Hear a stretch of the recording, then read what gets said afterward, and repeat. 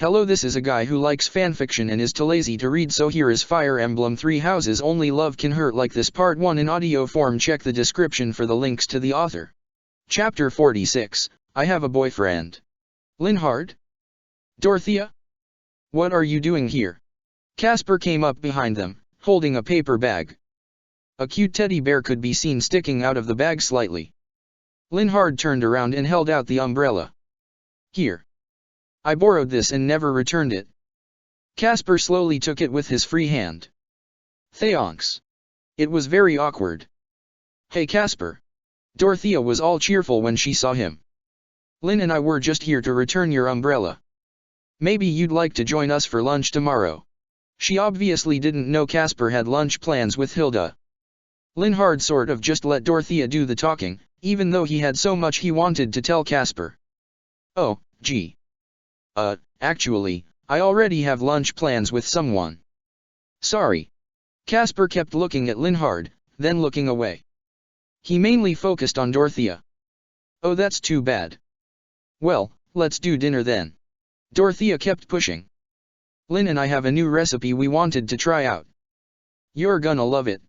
She clasped her hands together. Dinner? He was definitely lying about where he had to be when he said. Oh shoot. You know what? I have to get my shoes shined. He tapped his foot. Lawrence said so. He said I was too scruffy, and that I needed to come in and get my shoes shined. Oh, he's lying to you. Dorothea shook her head. Your shoes look just fine as they are, she replied. You don't have to do all that. We really need you. What are you cooking? What if I eat such a big lunch that I have no room for dinner? You know, gotta bulk up. Casper patted his bicep. I'm thinking of making a big plate of mashed potatoes. Linhard frowned. If you don't want to come, just say so.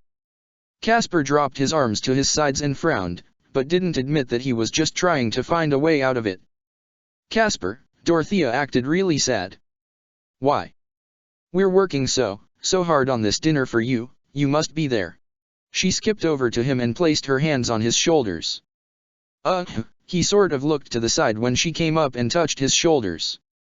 Okay, fine. Fine, if you're so sad about it I'll go, Casper said. What are you making, anyway?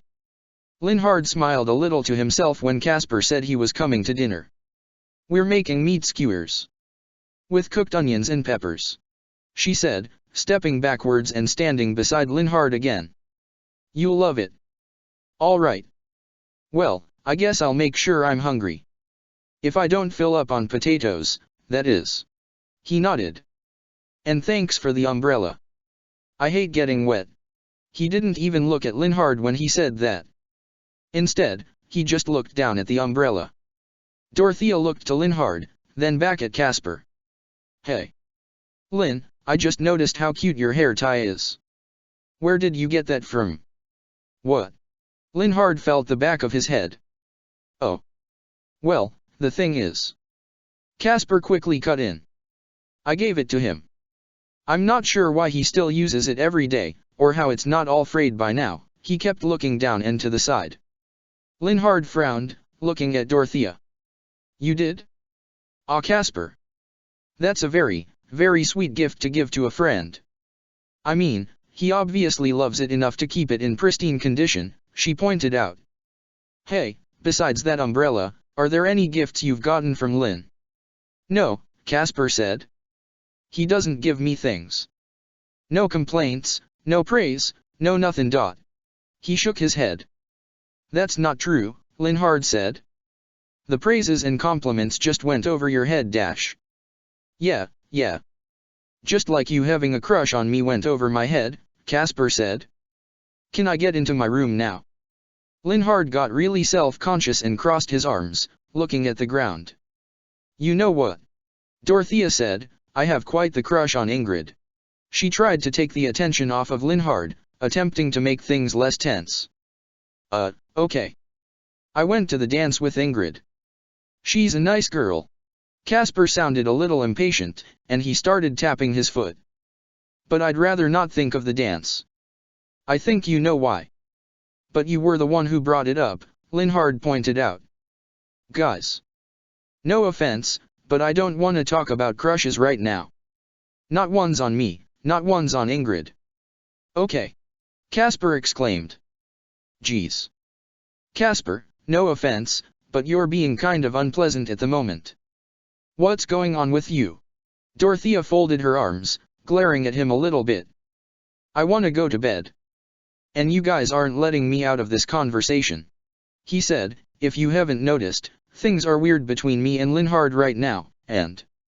Maybe I don't there's ugh. He couldn't find the right words to say, but he seemed really frustrated that he couldn't figure out what he was trying to say. Like, he was about to self-destruct, he was so frustrated.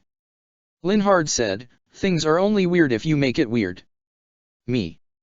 I'm not the one with the crush. That's weird. Casper exclaimed. Linhard frowned. That shouldn't change anything. Casper, no offense again, but you are the one making it weird. So what? Someone loves you. What's so bad about that? You know, I heard you went out on a date the other night. Was that weird? Dorothea made a good point. Well. No, 'cause it was Hilda. And she's a girl. And we had a nice time. That wasn't weird, because me and Hilda haven't been friends since we were like 6 years old. Casper said, I don't want to be anything more than. Casper trailed off, like he didn't want to say the next part. Linhard knew that he would never end up with Casper, but his heart broke even further to hear that he was going on dates with people only after his secret was found out. He still didn't like seeing him with someone else. Casper, Dorothea sighed. You're hopeless. Utterly hopeless. She walked over to Linhard and grabbed onto his arm, looking at Casper as she spoke. I hope you one day experience the pain that you inflict onto others. I don't want to turn this into a fight. I knew things would turn out this way anyway, it's no use. Linhard turned to start walking with Dorothea. But after a few steps, there was a clatter behind them. Casper dropped the umbrella and the bag, standing with his hands over his face. Dorothea stopped and spun around. She looked at Casper, but didn't go to him. She looked at Linhard, and gently gave him a push towards Casper. Linhard didn't move until Dorothea gave him a little push. He looked back at her, then at Casper, shocked at the fact that it looked like he was about to cry. Casper removed his hands from his face and furiously wiped off his eyes on his sleeve. Things won't ever be how they used to. Linhard, I miss how things used to be and I ruined everything. His voice shook.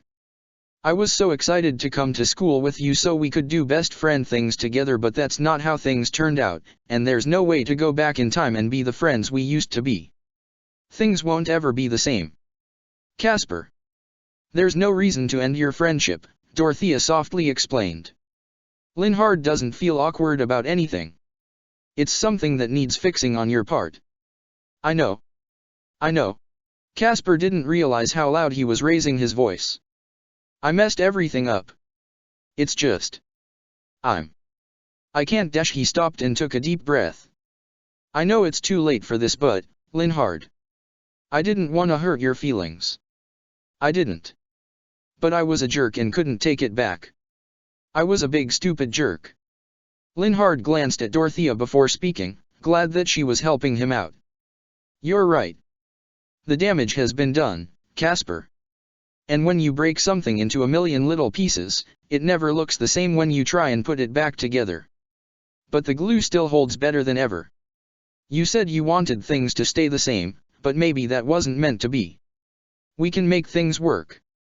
Casper didn't really grasp the metaphor. What are you trying to say? Linhard is trying to tell you that no matter what happens, you two will always be friends, Dorothea said with a small smile. Even if things feel a little different, it shouldn't change the way you feel about one another. Exactly right. Linhard said, Casper. I shouldn't have to apologize for this, but... I'm sorry I like you so much.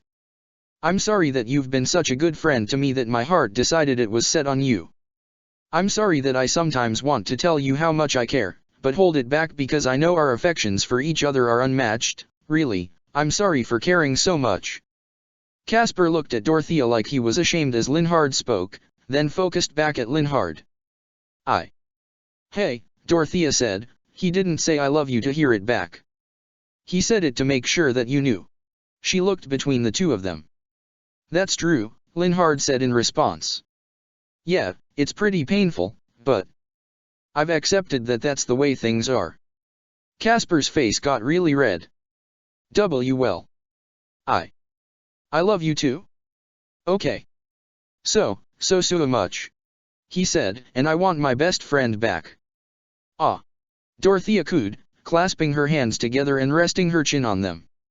This is so sweet. She kept her voice low in hopes of not ruining the moment.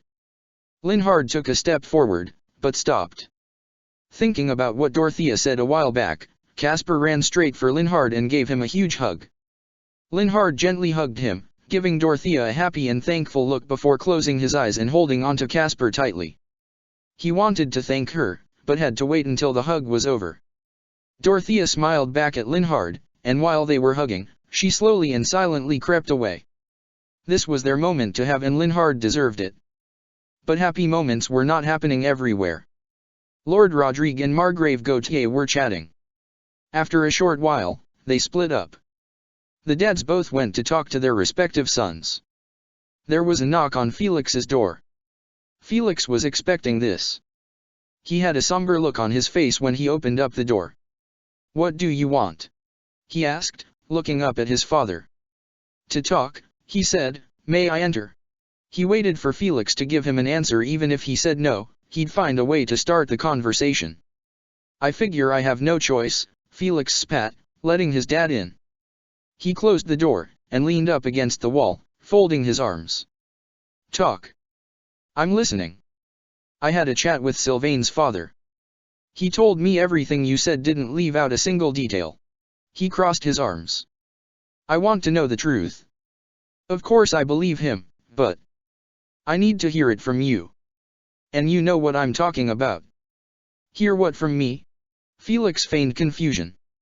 I mean, first of all, anything you heard from that man wasn't his business to tell in the first place. Yes, it was. Now tell me, do you actually have feelings for other men, or were you just trying to get a rise out of him? I need you to tell me the truth. Now, Rodrigue demanded. Whatever, this is gonna give me a headache. Felix sighed. I broke things off with Annette a while ago. That's all, he said, folding his arms. I said that to Margrave Gautier and he took it out of context. He clearly wasn't telling the truth. That's not what he told me. He told me that you said, and I quote, what would you say if I was in love with a man? I am being completely serious. Rodrigue gave Felix a stare. Tell me the truth. I can tell when my own son is being dishonest. Okay. I broke up with Annette because I fell in love with a boy. Happy. Felix dropped his arms to his sides. You got what you wanted. You can go now. I haven't come just to confirm what I've heard. I've come to actually talk to you about it. He frowned. You do realize how devastating it would be if you chose to continue down this path?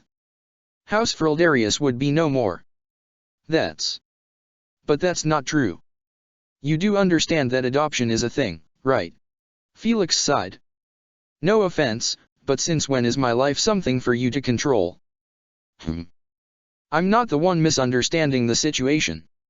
Adopting a child does nothing to pass down crest-bearing blood. Rodrigue sighed. I would like to tell you a personal story, Felix. If you would listen. The Margrave gave me permission to share it with you. Fine. Although I'm not gonna take anything you say to heart, Felix replied. I already found the person I'm going to spend the rest of my life with, so in all honesty, I really don't care what you have to say. Rodrigue sighed. Take this seriously. Please. He paused before starting his story. You already know that I attended the academy with Lambert, His Majesty, and Matthias. Well, we were a close-knit group. The three of us were inseparable. He paused, thinking of how to tell the rest. I swore to protect the king with my life, just as you should swear to His Highness nowadays. But there was someone else I cared for.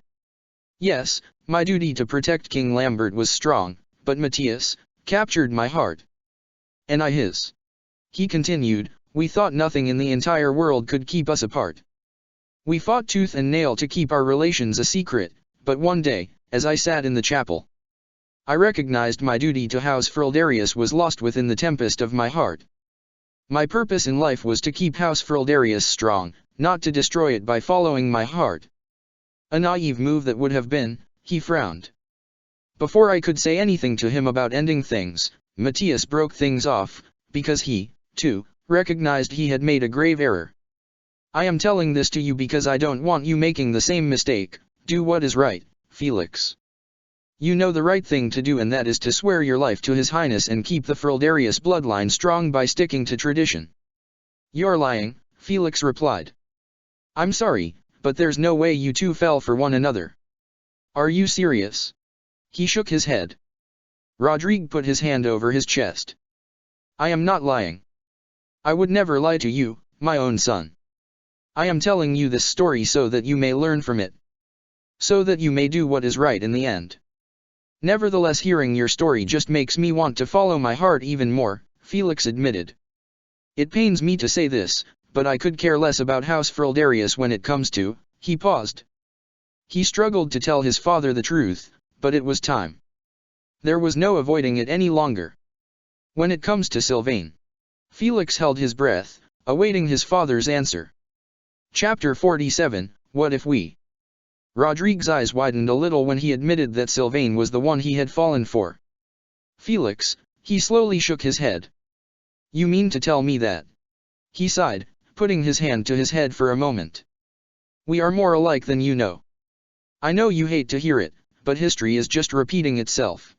He said, you know what you have to do. Find your sense of duty. Don't let your affections cloud your better judgment. You cannot let your fantasies block your path to maintaining a promising future for House Frildarius. He started raising his voice. I can still be the shield you need me to be, even if I don't carry on the bloodline, Felix replied. I'm not abandoning my duties. Not yet at least. But Sylvain and I have something so special. I'm not giving it up because my dad threw a little tantrum. Oh. So this relationship runs two ways, I hear. Rodrigue raised his eyebrows. I was under the assumption that your attraction was unreturned. He sighed, putting his hand to his chin. I am not acting childishly, if anything, it is you. It took me some time to realize what I was doing was wrong. If we are anything alike, I assume it will be the same for you. I'm not asking you to terminate your relationship instantly, but make sure it is soon, so that you aren't devastated later. It's like ripping off a bandage. Do it soon, do it fast. I'm sorry, no. Actually, I'm not sorry. I'm not going to do that, Felix replied. I understand you can't handle things not going your way, but I'm not gonna let you control my life when it comes to this. That is not the case in this situation. You need to come to your senses, Felix. You can't let yourself take this road, it leads nowhere. Absolutely nowhere. Rodrigue frowned. I'm not controlling your life. I'm telling you to get control of your own life, because you've clearly lost all restraint. Yeah, well. I'm not budging. Felix folded his arms. Your reasons just aren't enough for me to leave his side. And I never will. And if you don't let me stay with him, then we'll find someplace else where we're welcome. We don't need you. You need us. You won't be welcome anywhere else. The Church of Syros is not tolerant of this type of behavior, especially the Central Church. Rodrigue crossed his arms. Believe me. I want you to be happy. There was a time where I was in your shoes, but this is not the path to happiness or good fortune. I'm telling you, Felix, you're young. There's time for you to make mistakes and learn from them. You have time to correct this. How many times are you going to keep repeating this? I'm not going to listen to you. Felix opened the door. I'm going to see Sylvain. He slammed the door behind him, regretting that he had just admitted where he was going. No, you can't just walk out on me. That's not how it works. Rodrigue followed Felix, but again had the door slammed on him. In the infirmary, Sylvain was sitting up in bed, having a talk with his father. He was leaning forward slightly, talking in a very animated way. From the sight of it, he was upset. The Margrave looked angry as well. Okay, what the hell is going on? Felix raised his voice. Why are you people so invested in our love lives? He marched straight over to Sylvain's bed. I need a moment with him alone. As if I'd let you have a moment alone with him ever again, Matthias said, putting his hands on his hips. I'm having a serious chat with my son, a chat that you are not a part of. So leave. That is an order. Sylvain looked at Felix with set eyes. Seriously? Felix laughed. The way you guys think you can control us is beyond me. He knelt beside Sylvain's bed, completely ignoring the adults. He put a hand on Sylvain's shoulder. We're doing it. As soon as possible. He tried to use code to let him know that they were going to run away. I am not finished speaking with my son. You clearly haven't listened to your own father, as you're here right now instead of speaking with him. Matthias grimaced. Sylvain interjected, Father. Just, let us talk. Please. You're so overbearing, I need a break from your senseless talk. I can't take any more of that tonight, so please just let me and Felix talk and I'll hear more of what you have to say in the morning. No. Yes.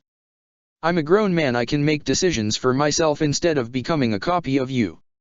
Let me live my life. I'm not through talking with you. Well, I'm through talking with you.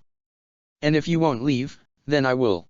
Sylvain ripped the covers off, then turned so his legs were hanging off the bed. He went to stand up, but it hurt, and he didn't really make it far.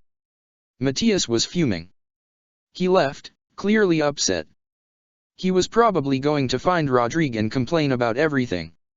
Felix rushed to Sylvain's side and acted as his crutch. Come, let's find some place we can talk. I don't know a place to go where they won't follow, though. Let's just get out of here. Please. Sylvain didn't care that he was in pain, he followed Felix anyway. Where are we going? My room. It has a lock, Felix said, very slowly leading the way. He entered along with Sylvain, and helped lower him into the bed. He locked the door as soon as they entered. Sylvain could barely make it, but he did his best. He winced as he sat down, letting out a groan because he was hurting so bad. He just sat with his head in his hands, shaking his head for a while. This sucks. This sucks so bad, Felix. He ran his hands through his hair, then looked up sadly. I can't do this anymore. I thought things were looking up, but then our dads showed up and, he said, I didn't tell my dad about us, but he suspects. He thinks you're a bad influence and he doesn't want me spending time with you. He told me some bullshit story. He frustratedly knocked Felix's pillow off the bed. He said he used to have certain tendencies and that he turned to the goddess to realize his purpose. He said I must be losing faith in the goddess and her teachings and that I'm on the road to hell. Well, I'm going to hell for other reasons, but this. I can't believe him. He said he'd disown me, crest or not, if I ended up going against his plan for me. He said, crest or not, you're replaceable. He looked at Felix, sadly. Will it ever stop? Felix, as long as we're together we're never going to see the end of it. One moment we're happy, the next stuff like this happens. I told my father about us, Felix quickly said, not wanting to rile Sylvain up more than he already was. You did? Felix, Sylvain's heart skipped a beat. Did you know our fathers had a thing for each other? Back in the day? Obviously they didn't care for one another enough to stay with each other. Felix sighed. I'm sorry I told. Really? But I had no other choice. I really don't care to be the Duke of Frildarius territory any longer, especially after hearing the way my father spoke to me. He knelt in front of Sylvain, placing his head on his lap. I used to despise the thought of love, though I had never felt it until I met you. I was so against it. But being in love is so, just, he sighed. Loving me must be so fucking hard. Sylvain was more shocked at what he said next. Huh. No way. No way. My dad? Seriously?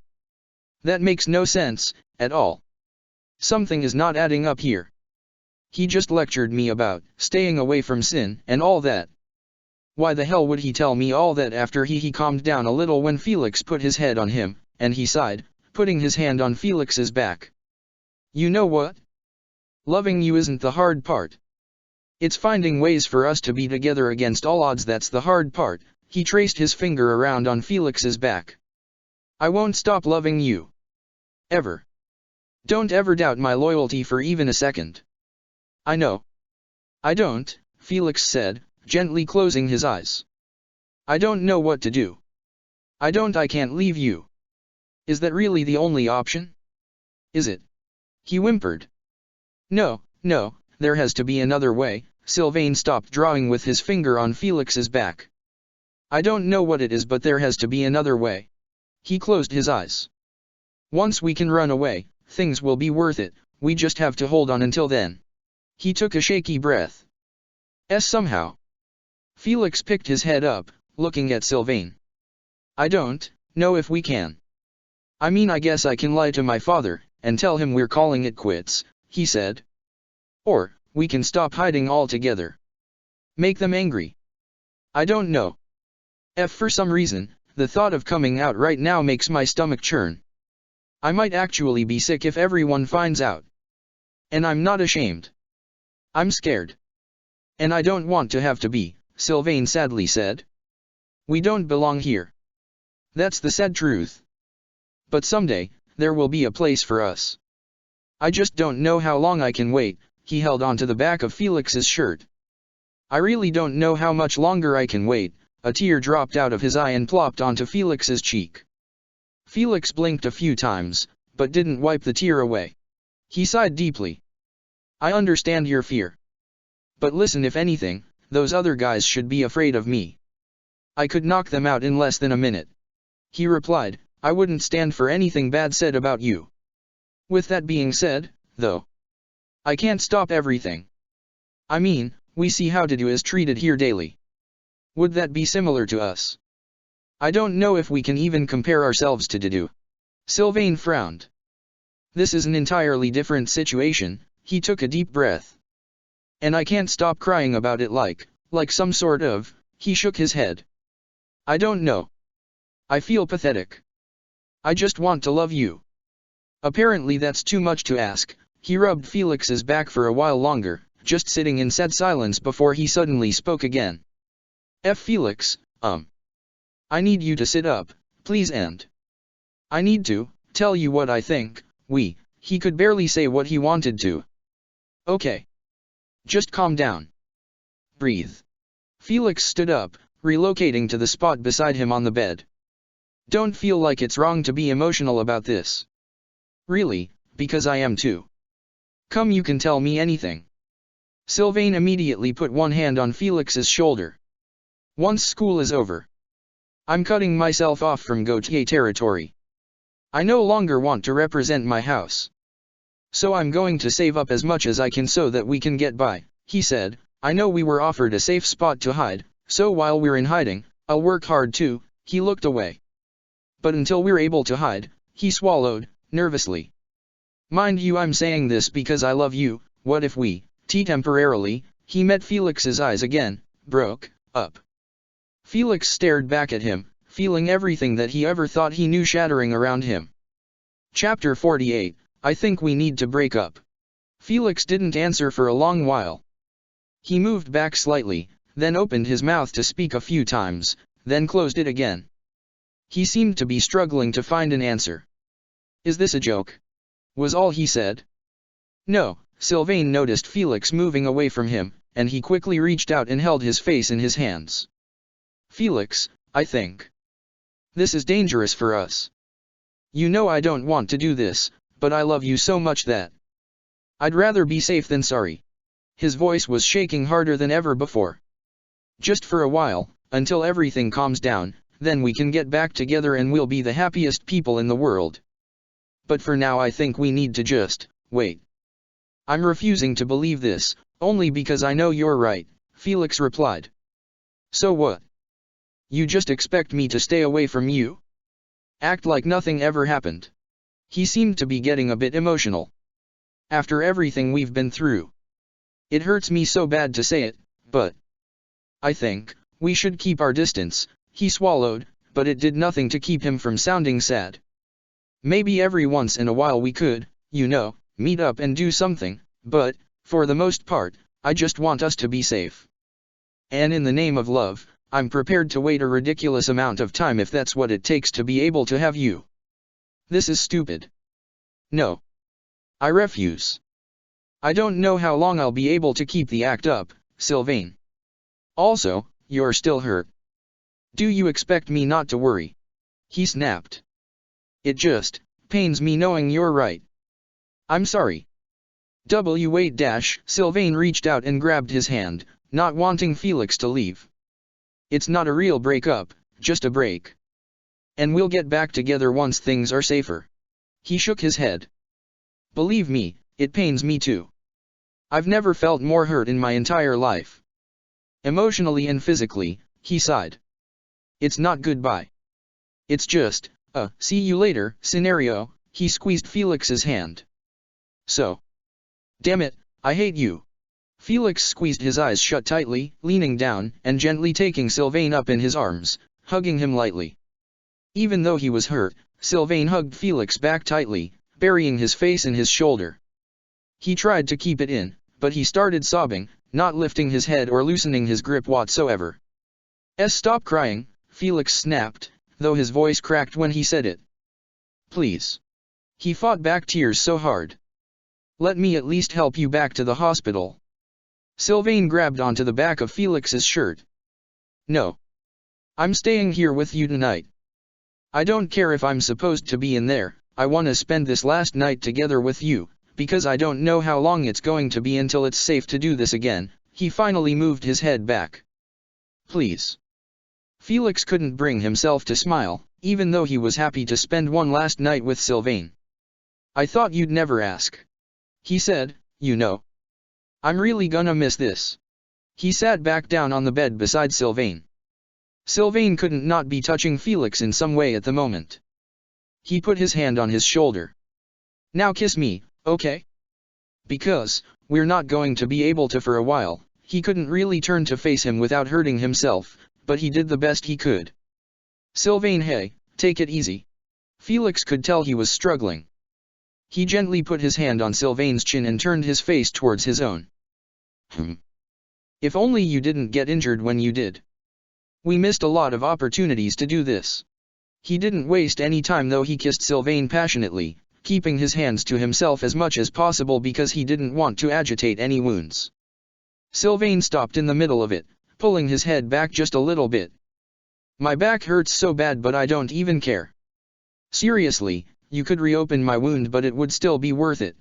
He went back to kissing, but it was clearly hurting him to sit up any longer. He was ignoring the pain, but Felix could probably tell by the way he was moving around, trying to get comfortable. Felix pulled away very slightly. Hey.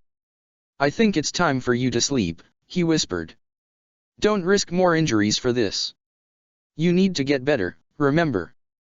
No, Sylvain rested his forehead against Felix's, resting one hand on his chest and the other around his shoulders. I don't want to go to sleep. I'm going to miss you. He kept his eyes closed. Felix placed his hand over Sylvain's, the other resting on his cheek. I'll be here the whole time you're asleep, he said, still proud of himself for not crying, even though he was dangerously close. Like you said, this isn't goodbye. You're right, Sylvain gently leaned into him, giving him one last soft kiss before moving his head away. He turned and laid down, letting out a soft grunt of pain as he did so. He covered his eyes with the crook of his arm. Thanks. What are you thanking me for? Felix laid beside him, but pushed himself all the way to the edge of the bed so that he wouldn't accidentally hurt Sylvain. Just. Thank you, okay? I don't feel like explaining. Sylvain took a deep breath, then moved his arm and tilted his head to look at Felix. I love you. Felix was laying on his side with his head resting on his hands, looking at Sylvain. I love you too, he responded. Please don't forget it. I couldn't forgive you if you forgot me during our time apart. How could I forget you? Especially when it's you I'll be waiting for.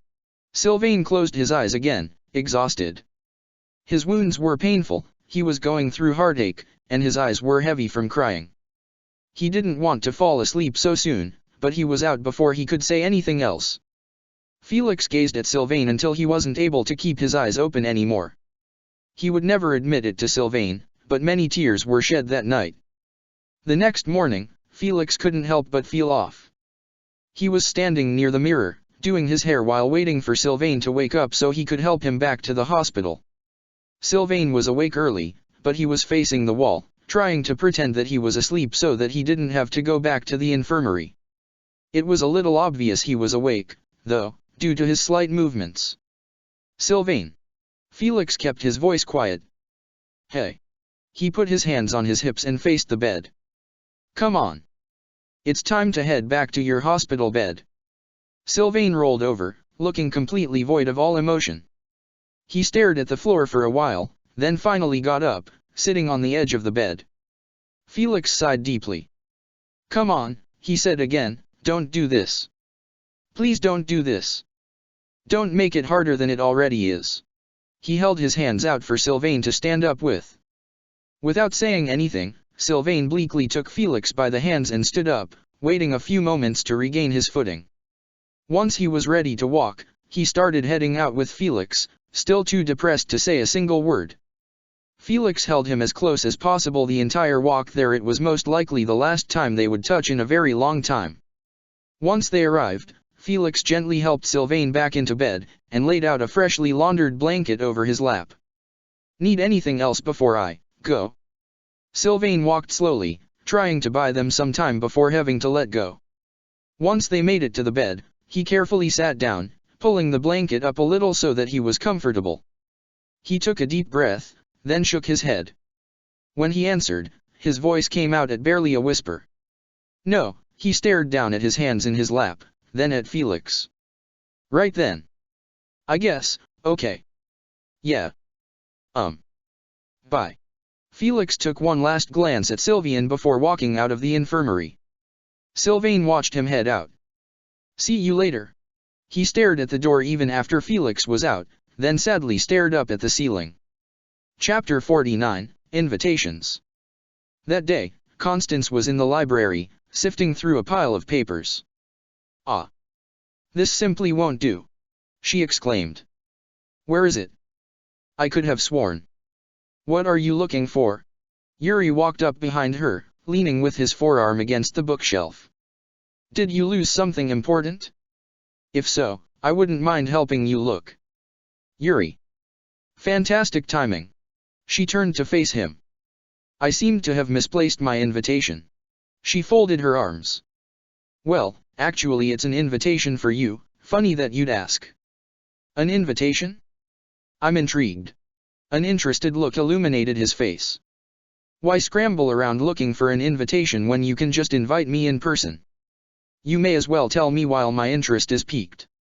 That's because an invitation is fun, she said, crossing her arms. But if you must know, Happy and I are planning a big sleepover in the quad. Yes, you heard me. Slumber party for all. A slumber party? Outside? At a time like this? Yeah, I think I'll pass, he frowned, shaking his head. If you ask me, it's sort of a bad idea. And speaking of invitations, it really just seems like an invitation for trouble. What? She was flabbergasted. Stop speaking that way. It's going to be fun. What are you so worried about anyways? She asked. Shezi is locked up. Besides, the party doesn't start until 2 weeks from today. You would know that if you had the invite. Fine, twist my arm. He waved her off like he was saying whatever. I'll go. But I'm really not the type to partake in the heart of festivities. I'm up for an intimate gathering, but a party? You can catch me hanging around the outskirts of the action. Well, you're still there and that's what matters, she said, totally forgetting about the stack of papers she was sifting through. You were the last to receive an invitation, so, sorry but I'm not going to keep searching for the lost one. Fine by me. I prefer a personal invite anyway. I have experience with blind invites, none of them have gone well. He walked over and leaned over the table, looking at her stack of papers. What are you up to today? New spells. How's Novelli business? I had gone to breakfast with Happy, and she told me that she wanted to sneak into Chezzie's cell tonight. Find out what's been going on. So, I am making preparations for that. Oh. Well. How are you gonna be able to sneak in there without me? He asked. Were you ever planning on getting me in on this? He seemed interested. You want to? I had a feeling you would scold us for such behavior, but it seems I was wrong. We would be more than happy to have you along. And what do you think of Balthus? Don't get me wrong, Balthus is good company. But is he good at sneaking into the dungeons without getting caught company? He frowned. But if we tell him we went without him, he'll make a big fuss about us excluding him. Well, we're meeting in the gardens at 11 p.m. If you show up with Balthus, then we'll take him along with us, okay? She folded her arms. Happy and I just believe there is something going on with that girl. Deeper than the eye can see. All right. Count me in. He smiled, and then pulled out a pocket mirror and checked his makeup. Anything you want to do until then? I'm leaving guard duty up to Eelfric today. Ah. Where did you get that mirror? She trotted over and grabbed his arms, examining the mirror from all angles. It is exquisite. The engraving details on the back are adorable. Have you had this long? This? I found it in the junk pile in Abyss. I wondered who'd throw out such a pretty thing. It's prettier with my reflection in the glass, that's for sure. He tilted his head a little, then faced it towards Constance. You wanna borrow it? Would I? She went to snatch it, then backed away.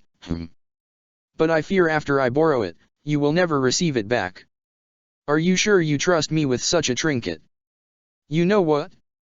Just take it. You clearly feel more attached to it than I do. He handed it to her. You'd be surprised what people decide to throw away. I've found some pretty interesting things in that junk pile. Balthus would probably be out of debt if he spent some time there curating. Honestly. Constance took the mirror from Yuri. Oh. Thank you, Yuri. I will find you a new one, promise. She nodded, pocketing the mirror. Anyways, I have lots of prep to do with Happy. I will see you later tonight, right? No need.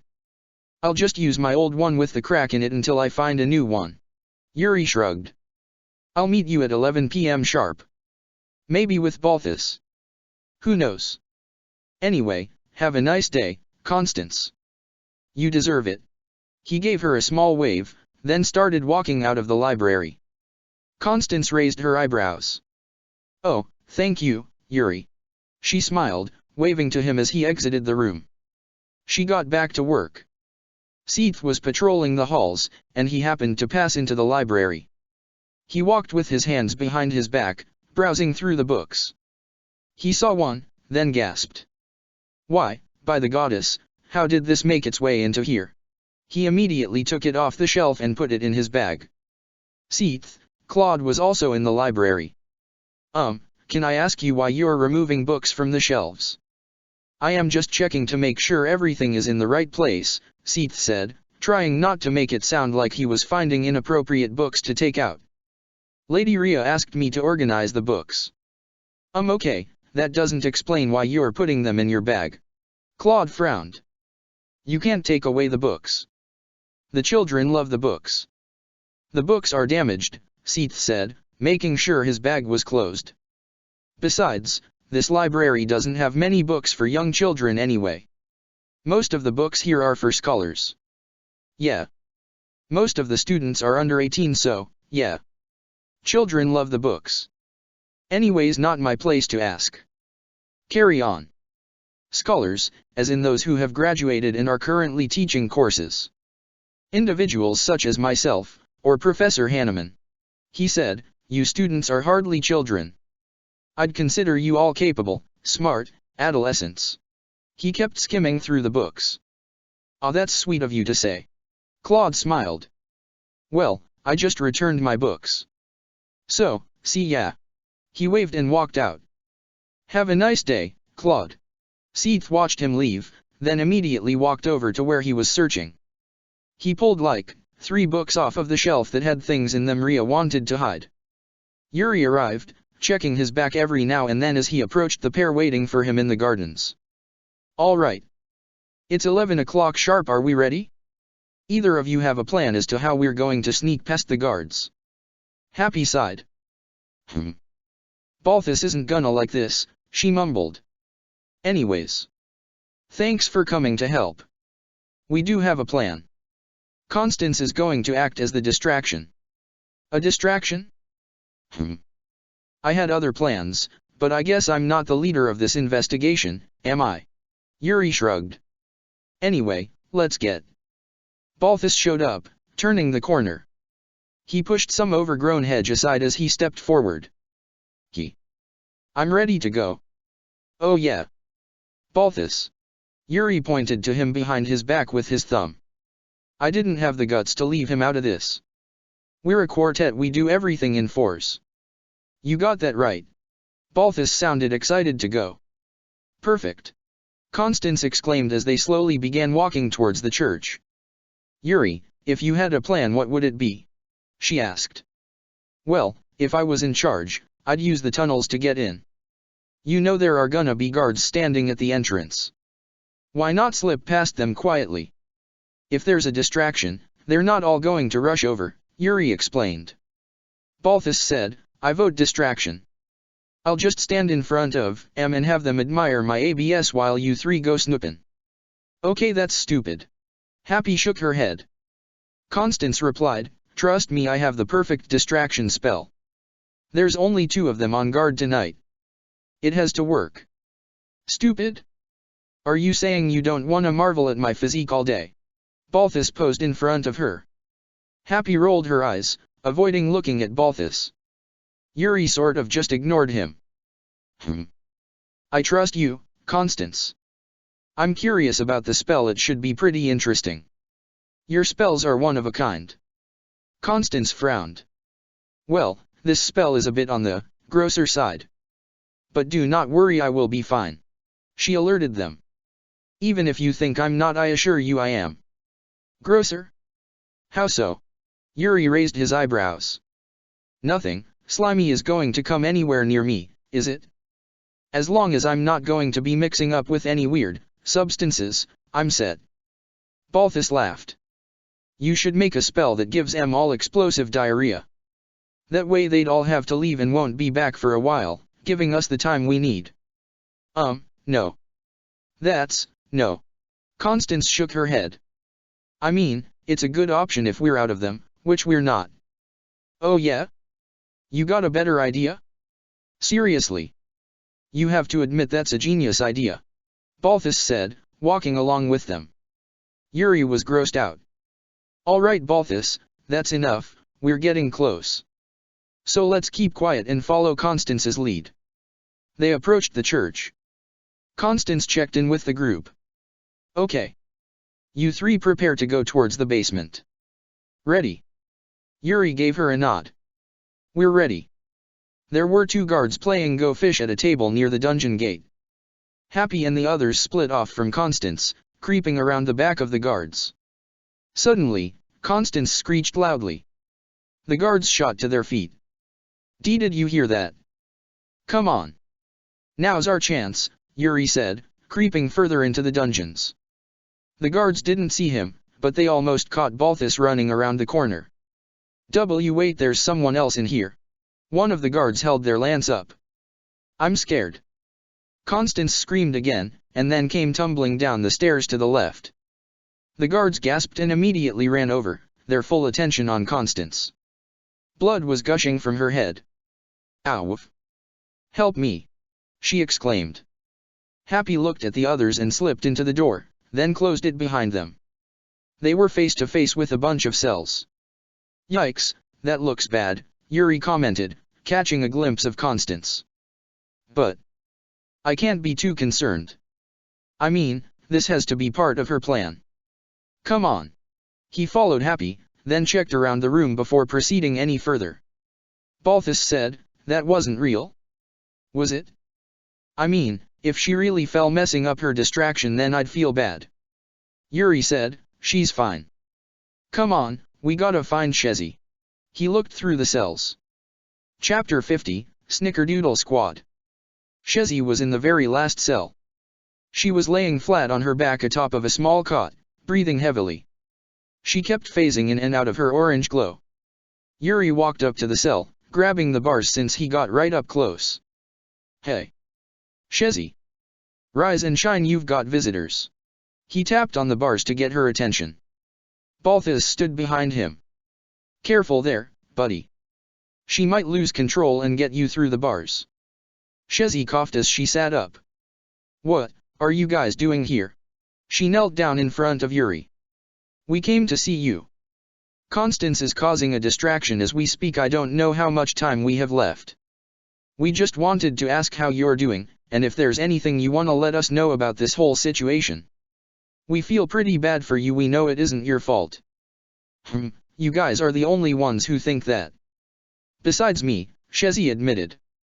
Okay. Don't freak out. I'm gonna sound insane. I have some other entity in my head. Controlling me. Oh.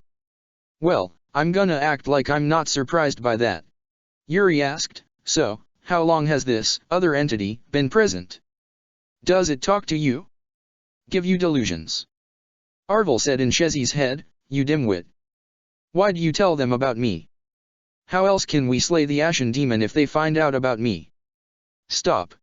Shezi screamed, slamming her palm onto the side of her head. AHH. I'm sorry guys. They want to kill the professor. It's so hard to keep them under control.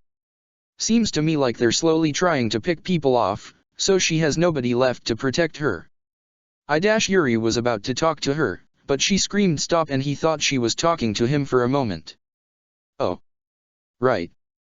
Voices in your head. Sorry, I thought you were talking to me for a second there. Well, they're never gonna get through me, that's for sure. 'Cause I've got the professor's back. Balthus said. I hate to say it, Yuri said, but, are you sure this voice isn't, something else besides an entity? Happy replied, maybe you're cursed. Shezi shook her head. They keep saying that their name is Arvel. They constantly talk about defeating the professor. When they take control of me, I get crazy powers, and it's hard to control.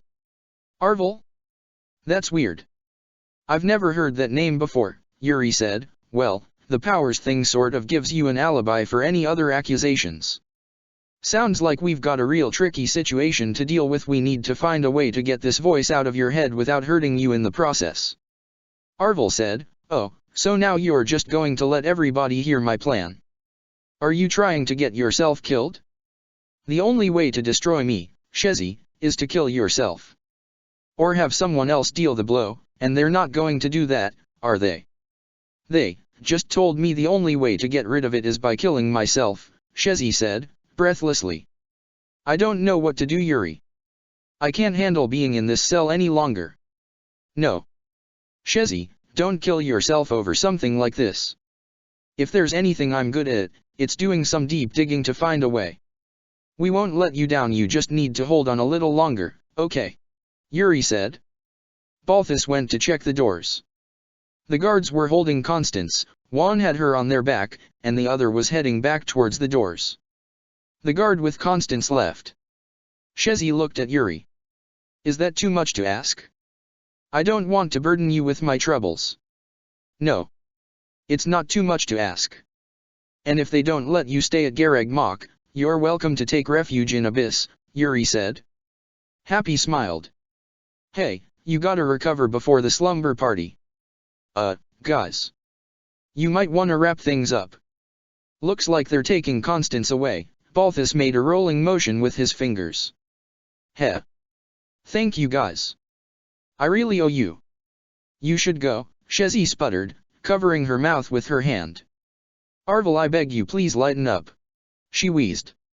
Arvel, please lighten up. Arvel mocked her in her head. How about no? Happy put a hand on Yuri's shoulder. We gotta go. Yuri looked behind him, then back at Shezi. We promise to help you out the best we can. You deserve better than this, anyone who knows you would say that. But we gotta go. Take care, please. We'll try and come back. He stood up straighter. Balthus said, all right, time to make our great escape. Let's go. He waved them over. Yuri nodded to Happy, then started walking out with her and Balthus. Happy gave one last look towards Shezi before following her friends out of the dungeons. They easily snuck past the guard, and we're back out in the gardens. Okay, we gotta find Coco Dash. No need. I'm right here. Constance waved to them. Constance. Balthus caught up with her. That distraction? Off the charts. He wanted her to pound it. Constance brushed her knuckle up against Balthus. Yuri walked over. You even had me fooled. I almost wanted to turn around and rush to your aid myself. But we found out a lot of good information, he explained to Constance what Shezi told them. Wow, really? So, this Arvel figure is seemingly up to no good. Constance shook her head. Well. We must quiet it before the slumber party. Right. But we have to figure out how to do that first. I can't say I have much experience with ridding people of entities, or whatever we're doing. But I'll figure out some way to do it. There has to be something in the Abyss Library that speaks on the subject. Yuri thought out loud. Happy and I can check the Gareg Mock Library, Constance replied. How does that sound? I'm not sure if we'll find anything, but we must try. Seath took out all of the inappropriate books, remember? I doubt you'll find anything there. We'd have better chances finding info in the fishing pond than the library, honestly. Yuri shook his head. Then I guess all of us gotta check Abyss, Happy said with a small shrug. Hey, if you guys find anything at all, please let the others know. Will do. I highly doubt Lady Rhea would let it slide if we tried to perform a ritual down there or something, if that's even the way to get rid of this Arvel thing, Yuri said. I'm gonna go look right now. Constance exclaimed, grabbing Happy by the wrist. Come. Make haste. We have 2 weeks to rid Shezi of this demon. She started running towards the Abyss entrance. Let me know if you can find anything. I think I'll be taking the rest of the night off. Yuri watched them leave, then turned to Balthus. They talked together, quietly, then started walking off towards town even though it was late. A week passed. Happy had found a strange bit of info that she was willing to share with the others. She met them all in the lunchroom that day. Balthus sat with his arms on the table. The hell is taking Yuri so long to show? He looked around, then focused back on Happy. I'm guessing you found something good? We only got a week if Shezi wants to make it to the big sleep bash, Constance is throwing. I know. Exactly. I didn't find a complete cure. But I think I found a stunt, Happy admitted. It might be uncomfortable for Shezi, but she'll be fine. She's a tough cookie. She nudged Constance, who cracked up in fits of laughter when Happy said that. Get it? What's so funny? Honestly, I have no idea what you guys are even talking about. But what's the plan? Some sort of spell or something? I feel like Constance can pretty much come up with a spell for everything. Hey, while we're on the topic, can you make a spell that instantly fills my pockets with gold? Or a spell that instantly refills my tankard so I don't go wasting all my money? Balthus asked. No, Balthus. I could not. I can't magically make money appear, Constance replied. Happy sipped her soup. Where's Yuri Athbard? She whined. I told you. I have no clue where he's at. He's usually pretty punctual, so I don't know why he would be late. Balthus crunched his BLT and a bunch of lettuce and bacon fell out of the back and onto the floor. Damn. Yuri stepped up to the table. Really, Balthus? More of that is going to end up on the floor than in your stomach. He fixed his hair a little. Sorry. I didn't mean to arrive late. I was busy. Let's just put it that way. Okay. Well. You can't just say that and not tell us where you were. Where were you? Happy asked, leaning her elbows onto the table. Nowhere. How about we discuss what we actually came here to talk about? Yuri changed the subject, then sat down next to Constance, setting down a small bowl of yogurt that he picked up on his way over. Balthus said, he was probably having a bad hair day or something. Or a bad eyeshadow day. Yuri sighed. Enough about me because that doesn't matter at the moment. We're here for Shezi. Okay. Well. I'll ask you again in a little bit. Anyways. I found a way to halt Arvel. It's kinda really funny actually, Happy said, looking at Yuri. Funny. Yuri stirred some granola and fruit chunks around in his yogurt. How so? Funny as in we'll all get a good laugh out of it. Balthus chuckled. I mean, probably. Happy paused for dramatic effect then said, Snickerdoodles. Huh. Balthus seemed really confused, but he started laughing anyway. Ooh, that's why you said tough cookie. You mean, cookies? What do Snickerdoodles have to do with getting rid of an evil entity? If you need someone to do the baking, I'd love to give it a shot. But, really? How does this even work? Yuri asked. We found out that Arvel is linked to something called Epimenides. Don't ask us more on that subject cause we don't know. But, when the vessel ingests Snickerdoodles, the taste repels Arvel, because that's Arvel's least favorite food. So she'll be free, as long as she keeps eating Snickerdoodles. Okay, that's actually pretty simple. I was thinking we'd be preparing for some sort of intensive ritual and all that. Looks like we should start getting the ingredients together, huh? Yuri raised an eyebrow. Well, we can do a ritual later. But if we just want enough for her to be able to come out, Snickerdoodles are the way to go, said Happy. Constance replied, I retrieved all of the ingredients last night. So, if we get enough bakers, we can have a dozen batches out by the party. I enjoy baking. I'll spend as much time in the kitchen as possible. And I'll gather others, like Dudu, Mercedes, Ash, and Annette.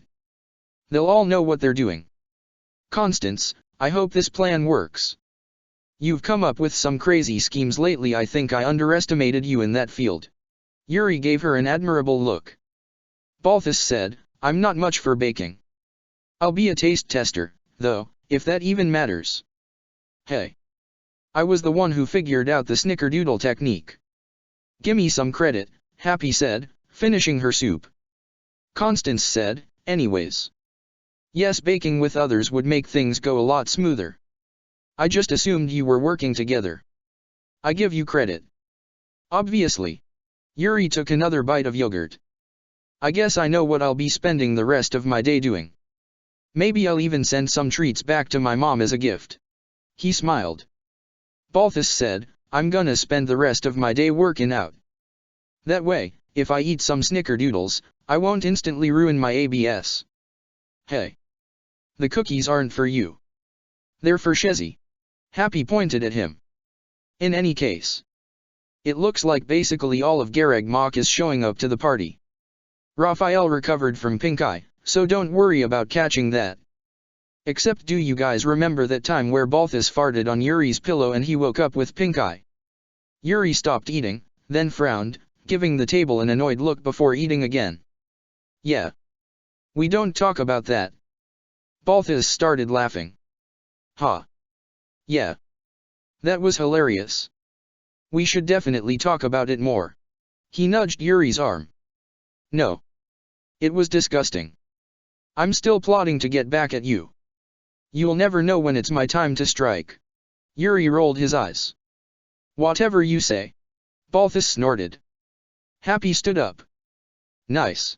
She grabbed her tray. Anyways, Constance and I are gonna grab some extra sleeping bags for the party. We'll see you guys later, she said, taking Constance with her as she left. I think I'm gonna head back to Abyss. Nice talking with you guys. Balthus stood up, giving the girls a wave before patting Yuri in the back, leaving him alone at the table. Check the description for the links to the author.